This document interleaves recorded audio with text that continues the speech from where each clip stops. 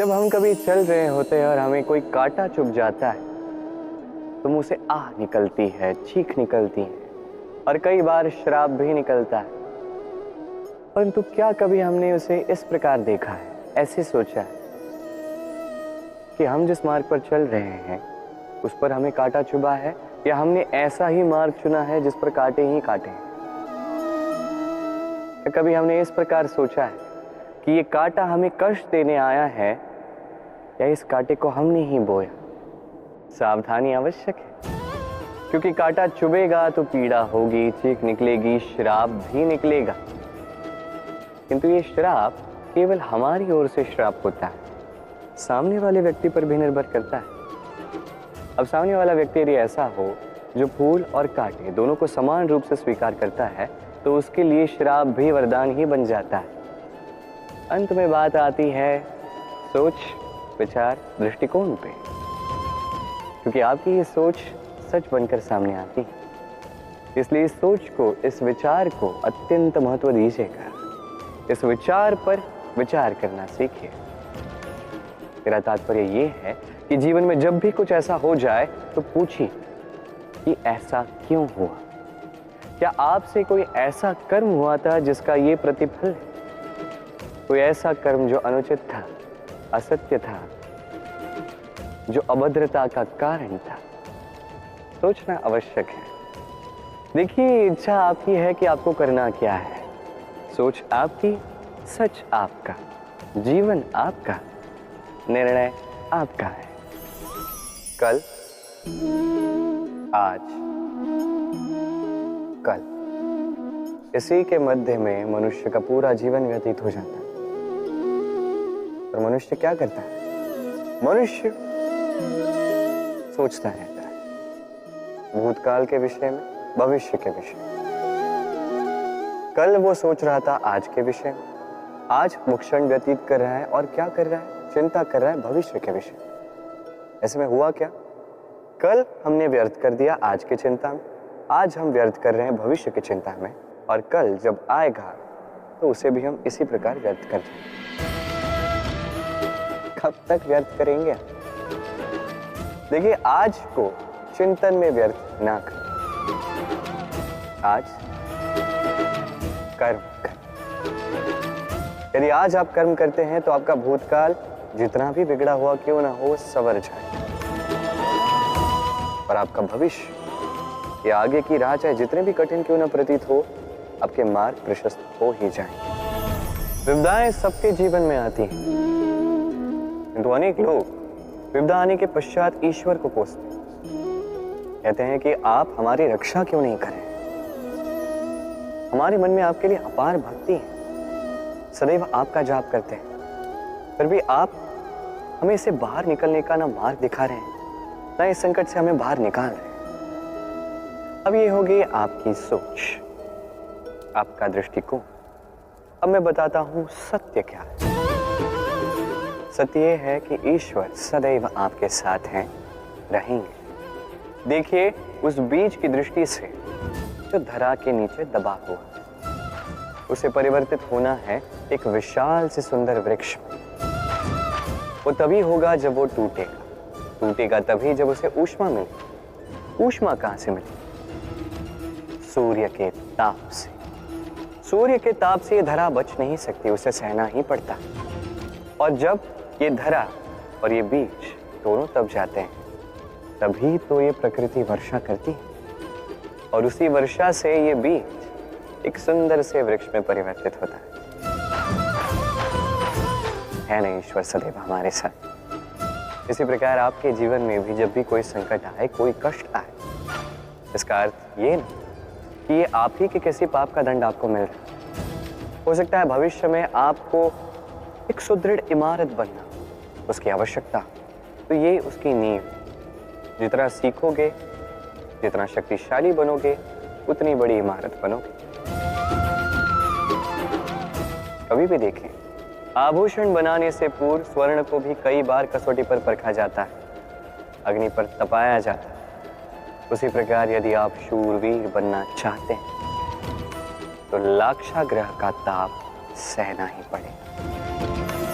दाऊ मुझसे सदैव पूछते हैं कि कान्हा ये मुस्कुराहट ये सदैव तुम्हारे मुख पर क्यों रहती है, कैसे रह पाते? सामने शत्रु को देखते हो फिर भी धीरज नहीं खोते हो। कोई तुम्हारी निंदा करता है तो उनसे बैर नहीं रखते। कोई तुम्हारे विषय में बुरा सोचता भी है तो उससे कभी घृणा नहीं करते। कैसे और क्यों करते हो? आपके मन में भी ये प्रश्न आता होगा। इसका उत्तर बड़ा ही सरल। कभी देखिए गाय के बछड़े को, कैसे वो अपनी माता का दूध पीता है, सुखी रहता है क्योंकि उसे ज्ञात है कि उसकी माता ये दूध रूपी अमृत उसे पिलाती रहेगी। उसे ज्ञात है कि ये समय केवल उसके लिए है कि वो अपनी माता का ये दूध रूपी प्रसाद ग्रहण करता है और इसलिए वो सुखी रहता है। इसी प्रकार ये जीवन प्रेम हेतु है। इतना छोटा सा जीवन प्रेम करने के लिए कम पड़ जाता है, घृणा करके समय व्यर्थ क्यों करें?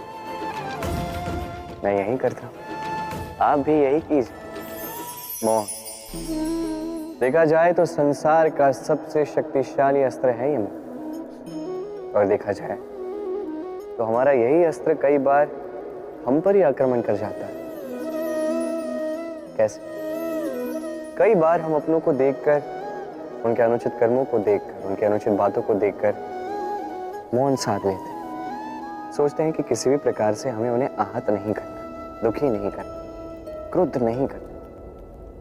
सोचते हैं ये समस्या टल जाए, किंतु यही तो आरंभ होता है सबसे बड़ी समस्या का। हम कुछ नहीं बोलते ये सोच के कि ये हमारे अपने हैं, और वो व्यक्ति सोचता है कि कुछ नहीं बोलते हैं इसलिए अपने। यदि आप सत्य में किसी को अपना मानते ही हैं तो उसे रोकना सीखें, उसके अनुचित कर्मों पर, उसके अनुचित बातों पर उसे टोकना सीखें। उसी समय उसे समझाइए वो क्या भूल कर रहा है, और उसे समझाइए उचित मार्ग क्या है, उस मार्ग पर उसे ले जाइए। ये होता है अपनापन। और ये करने के लिए मौन नहीं, हुंकार लगानी पड़ेगी। कि कई बार अनुचित कर्मों के इस मार्ग पर कुछ लोग इतनी गहन निद्रा में सो जाते हैं कि उन्हें जगाने के लिए मधुर संगीत नहीं, रौद्र हुंकार की आवश्यकता होती है। तो अपनों को जगाइए, श्रेष्ठ कर्मों के मार्ग पर उन्हें ले जाइए। क्या सोचते हैं? आज कृष्ण रथी के स्थान पर बैठा है, जबकि उसे तो सारथी के स्थान पर बैठना चाहिए। यही सोच रहे हैं। कई बार जो हमें दिखता है आवश्यक नहीं कि वही सत्य हो। जैसे सूर्य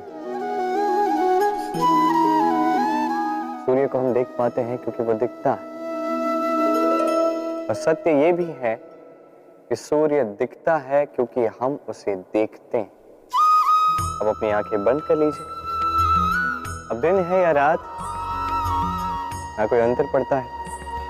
इसी प्रकार धर्म स्थापना के इस कार्य में, धर्म के इस पथ पर मैं सारथी नहीं, मैं रथी हूं।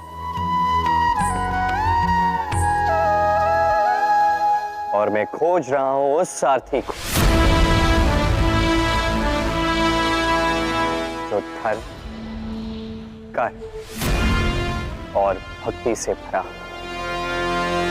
धर्म जो व्यक्ति को उचित मार्ग पर ले जाता है, कर्म जो व्यक्ति को परिश्रम करवाता है, और भक्ति जो उसे उस मार्ग से विचलित नहीं होने देती। आज तक मैं सबका सखा था, सबको उचित मार्ग पर ले जाता था। अब मैं खोज रहा हूं उस व्यक्ति को जो मेरा सखा बनेगा और बनेगा धर्म स्थापना के इस कार्य में मेरा सहयोगी।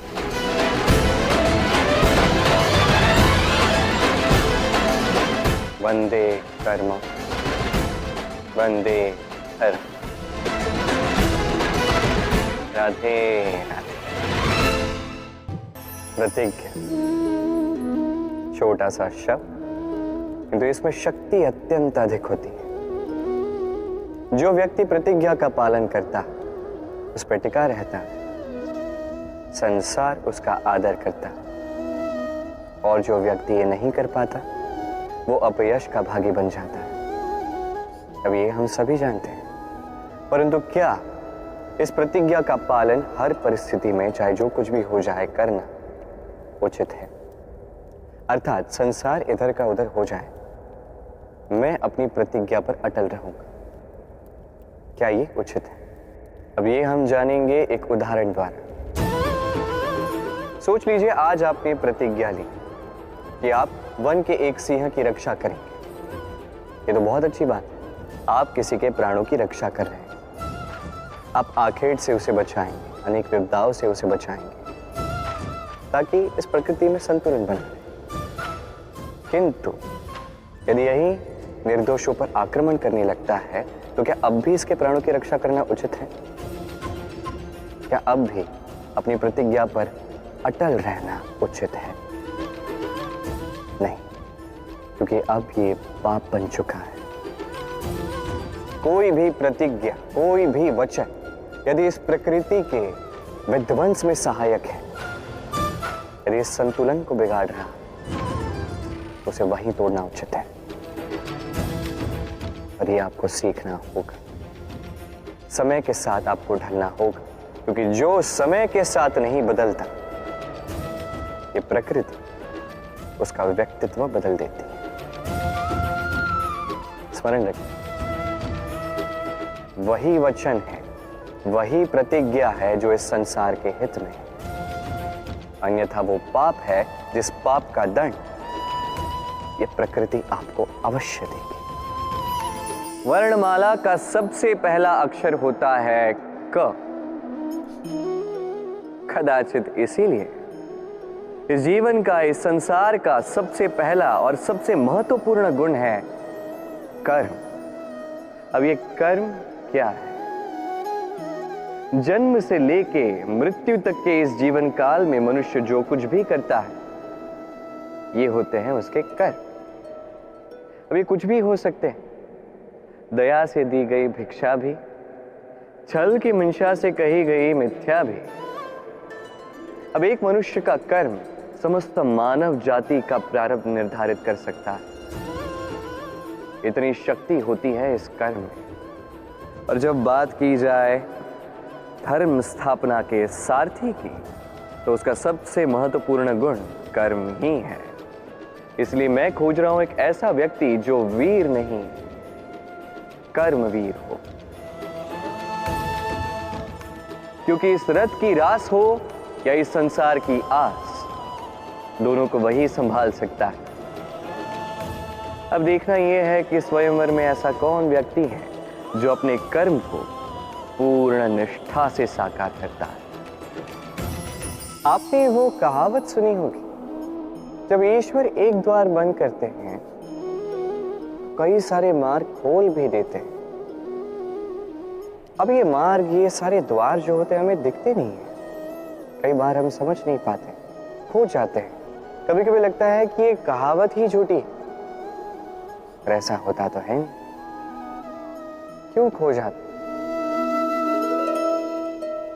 क्योंकि हम समय व्यर्थ करते उसी द्वार को देखने में, सोच के कि अब ये खुलेगा, अब ये खुलेगा। प्रतीक्षा करते करते बहुत समय व्यर्थ कर जाते हैं। इतना समय व्यर्थ हो जाता है कि हम देख ही नहीं पाते, ढूंढ ही नहीं पाते वो सारे मार्ग, वो द्वार जो हमारे लिए खुले हैं। ढूंढ ही नहीं पाते तो उसका उपयोग कैसे करेंगे? स्मरण रखिए, ईश्वर सदैव हमारे साथ, हमारी सहायता कर रहे हैं। ये मार्ग सदैव है, सर्वत्र है। आवश्यकता है तो दृष्टि, दृष्टिकोण और सोच की। इस दृष्टि को फैला कर देखिए, इस दृष्टिकोण को सकारात्मक बना कर देखिए, और ये सोच, इसकी सीमा तनिक ऊंची कर दीजिए।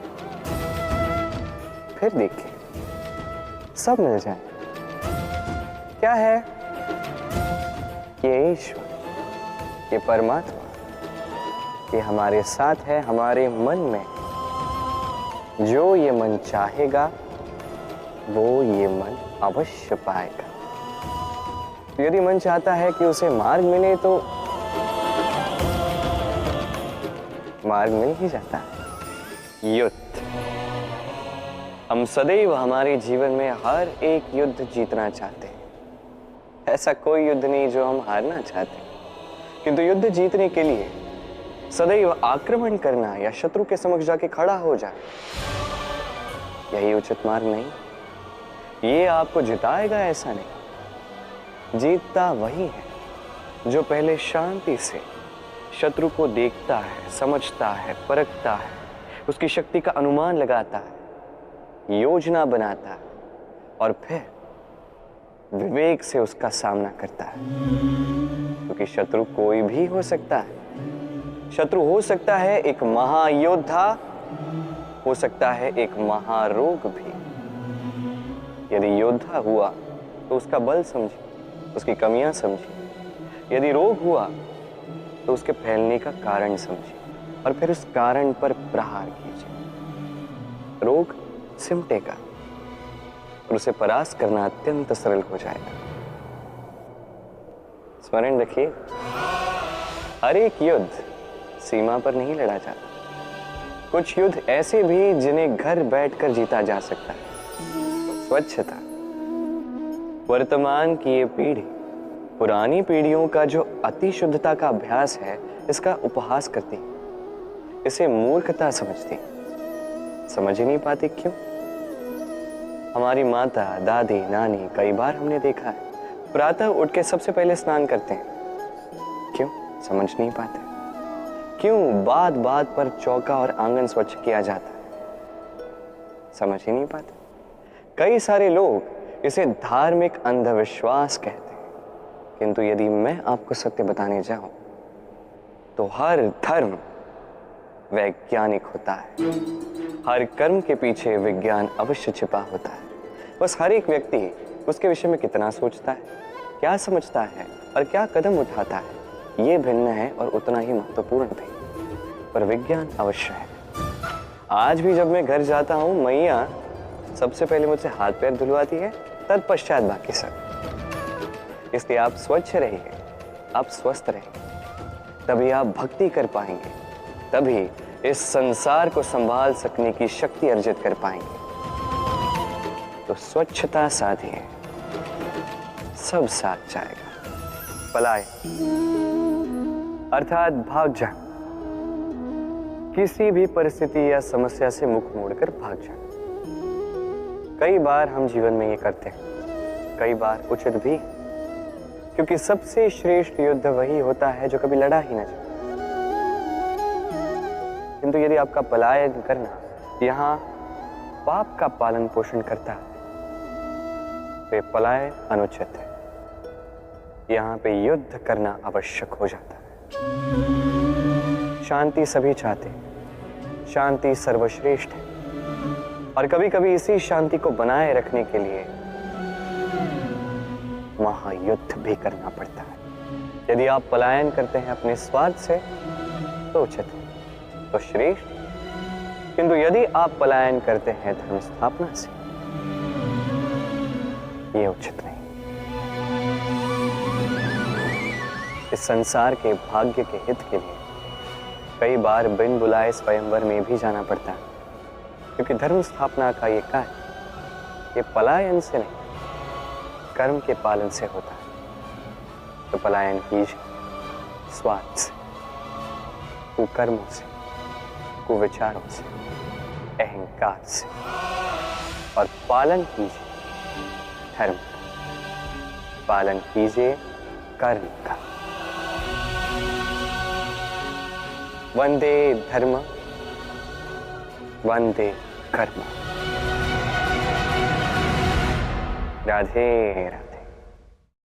राधा कृष्ण कृष्ण कृष्ण कृष्ण